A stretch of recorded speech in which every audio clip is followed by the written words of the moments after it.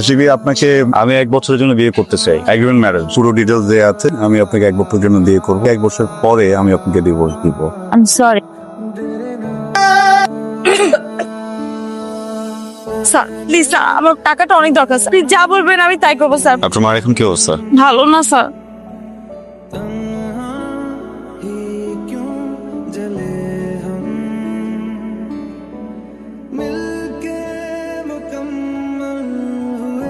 পারিয়া, right? G sir. Set don't call me sir, আমি রিহান। পত্রিকাতে আমার নামটা ভুল লেখা আছে, ঠিক আছে? আমার আসল নাম যদি চলে আসে প্রবলেম হতে পারে। একটা কথা জিজ্ঞেস করি, বলুন। আপনি ঠিক কোন শর্ততে রাজি হলে আমাকে 10 লক্ষ টাকা দেবেন? মানে আমাকে কি কি করতে হবে একটু জানা থাকলে ভালো হতো। তার আগে বলুন আপনি টাকাটা দিয়ে কি করবেন? আমি একজন ক্যান্সার পেশেন্টের চিকিৎসা করাবো, উনি আমার মা। তো 10 লক্ষ টাকা দিতে আসলে কিছু হবে না, আরো অনেক টাকা লাগবে। আপাতত 10 লক্ষ টাকা হলে সেদিনের জন্য হয়তো বা ডক্টর বলেছে 20-25 লক্ষ টাকা লাগবে, তারপর তার আছে। আমি 1 বছরের জন্য বিয়ে করতে চাই, এগ্রিমেন্ট ম্যারেজ। এখানে এগ্রিমেন্টের পুরো ডিটেলস দেওয়া আছে যে আমি আপনাকে 1 বছরের জন্য বিয়ে করবো, বছর পরে আমি আপনাকে ডিভোর্স দিব। আমার ফ্যামিলি একটু প্রেশার আছে, আমার বিয়ে করতে হবে, আমি বিয়েটা করতে চাই না। এই জন্য আমি নিজের মতো করে একটা বানানো বিয়ে করতে, যেন ফ্যামিলি প্রেশার থেকে বাঁচা যায়। আমার পত্রিকাতে তো এমন দেওয়া ছিল 10 লক্ষ টাকা। আপনার মার ট্রিটমেন্টের জন্য 25 লাখ টাকা লাগুক, 12 বেশি লাগুক, পুরো বিষয়টা আমি দেখবো। আমার হাতে সময় একটু কম, যদি রাজি থাক তাহলে বলুন আপনি রাজি। আসলে পারবো না, ফুল জায়গায় চলে এসেছি। হ্যাঁ বেবি, না এমন মেয়ে তো খুঁজেই পাচ্ছি না আমি।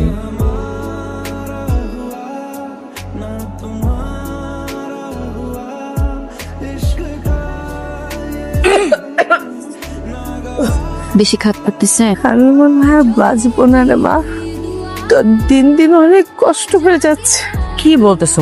পাল্টা কথা বলা বন্ধ করো, তোমাকে বাঁচতে হবে। আমি অনেক দিন বাঁচবো, তুমি না থাকলে আমাদেরকে কে দেখবে বলো মা? ফাইজা কোথায়? কোচিং থেকে এখনো আসে নাই নাকি? হ্যাঁ চলে আসছে। মা কি অবস্থা, বমি হয়েছে? কোচিং থেকে আসতে এত দেরি হলো কেন? ফ্রেন্ডের বাড়িতে ছিল, সবাই একটু ধরে বেঁধে নিয়ে। ব্যাগের মধ্যে কি? আপু জানি না রে, রাস্তায় পা বেঁধে পড়ে গেছি। ওর আশেপাশে কাউকে দেখলাম না, দেখলাম একটু ভারী, ভাবলাম খুলে দেখ না।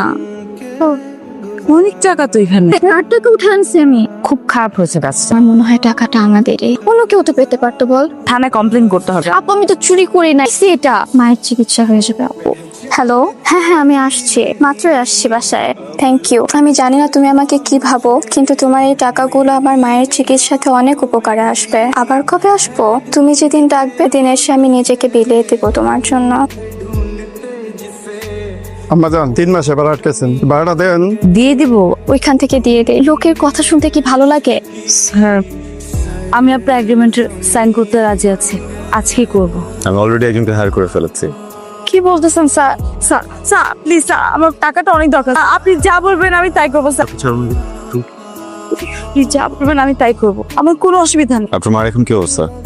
ভালো না স্যার, খুব খারাপ অবস্থা, প্রতিদিন রক্ত বমি হচ্ছে, দিন দিন অবস্থা খারাপের দিকে যাচ্ছে। ডক্টর বলে যত তাড়াতাড়ি সম্ভব ট্রিটমেন্টটা শুরু করতে হবে, তখন দেরি হয়ে যাবে। অলরাইট, ওই বিষয়টা আমি দেখছি।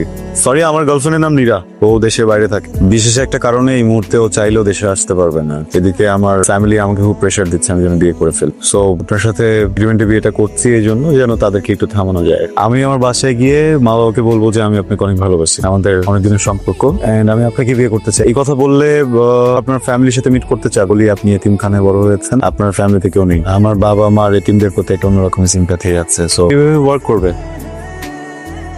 স্যার একটা কথা জিজ্ঞেস করতাম যদি কিছু মনে না করেন। কি? আপনি আপনার বাবা মায়ের পছন্দ অনুযায়ী মেয়েকে বিয়ে করলেই তো হতো। আমি যদি আমার বাবা মার পছন্দের বিয়ে করে ফেলি সেটা তো আসল বিয়ে হয়ে যাবে। আমার গার্লফ্রেন্ড যখন দেশে ব্যাক করবে আমি আমার ওয়াইফকে কি বলবো? গার্লফ্রেন্ড চলে আসছে, এখন আমাকে ছেড়ে দাও, আমার কথা মতো আমাকে ছেড়ে দেবে। দেখেন এটাই তো প্ল্যান। আপনার সাথে ফেক বিয়েটা করছি একটা কারণে, কিছুদিন পরে আমরা তাদেরকে বুঝাবো যে এই বিয়েটা ওয়ার্ক করছে, ঝগড়া হচ্ছে, চলে আমরা ডিভোর্স নিয়ে নিবো। বুঝতে পেরেছেন? উঠুন। তুমি কি আমাকে সত্যি ভালোবাসো? আমাদের কি কখনো বিয়ে হবে? কখনো এই সম্পর্কের নাম হবে? সেটা পরেই দেখা যাবে।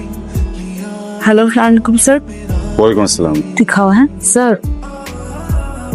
ফারিয়া আপনাকে একটা লোকেশন পাঠাচ্ছি, ওখানে চলে আসুন।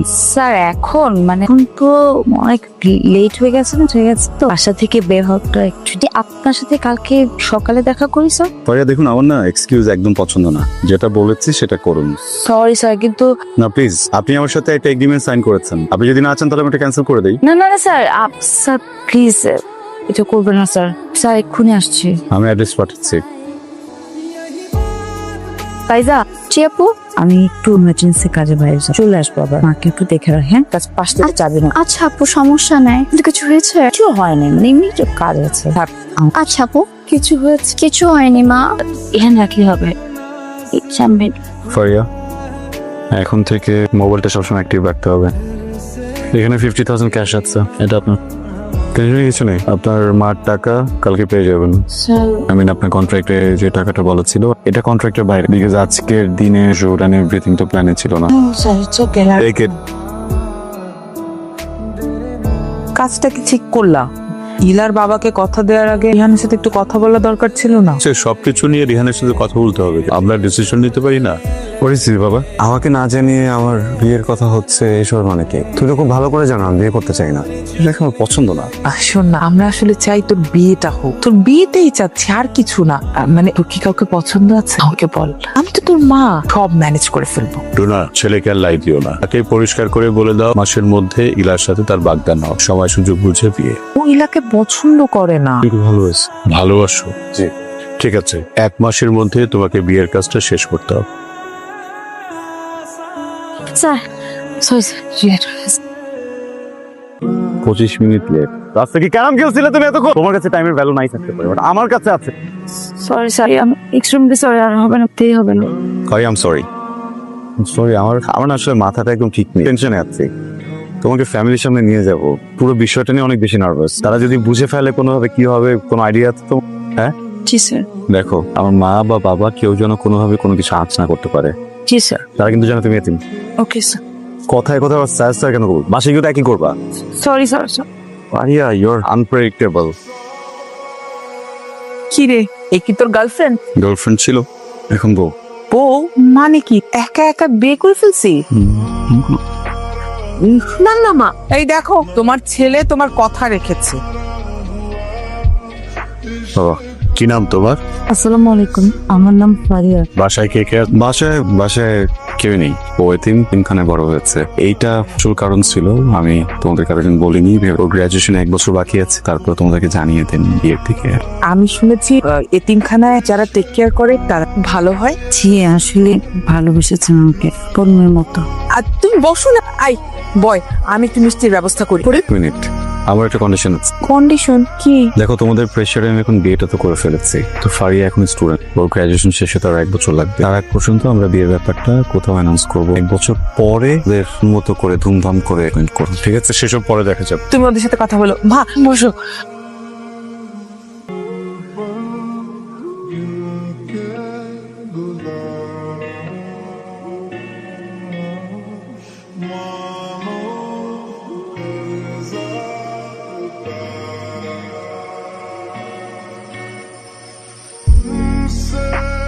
তোমরা কবে হানিমুনে যাবে ঠিক করেছো কিছু? রিহান তো বললো সিঙ্গাপুর নিয়ে যাবে তোমাকে। এত দেশ, সুন্দর সুন্দর দেশ থাকবো, সিঙ্গাপুর পছন্দ হলো কেন? তোমার কি কোনো দেশ পছন্দ আছে? না না, আমার ওরকম কিছু নাই। ও যেখানে যেতে চাইবে। আই শুনো, তুমি তোমার বন্ধুকে বলে রেহানের 1 মাসের ছুটির ব্যবস্থা করে দাও। ওই 1 মাস কিভাবে থাকবে টিকিট ফেয়ার লাগবে সব গোছায় দিবা।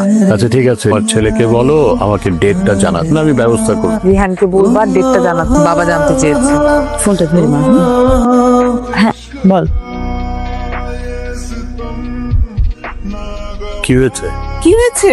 কোনো সমস্যা? আমার তো যেতে হবে। কোথায়? আমাকে এতিমখানা যেতে হবে। আমাকে যে মানুষ করছে না, বা উনি অসুস্থ, অনেক হার্ট অ্যাটাক। ঠিক আছে, তাহলে আমরাও যাচ্ছি তোমার সাথে। না না না, আপনাদের যেতে হবে না। রিহান তো রুমে।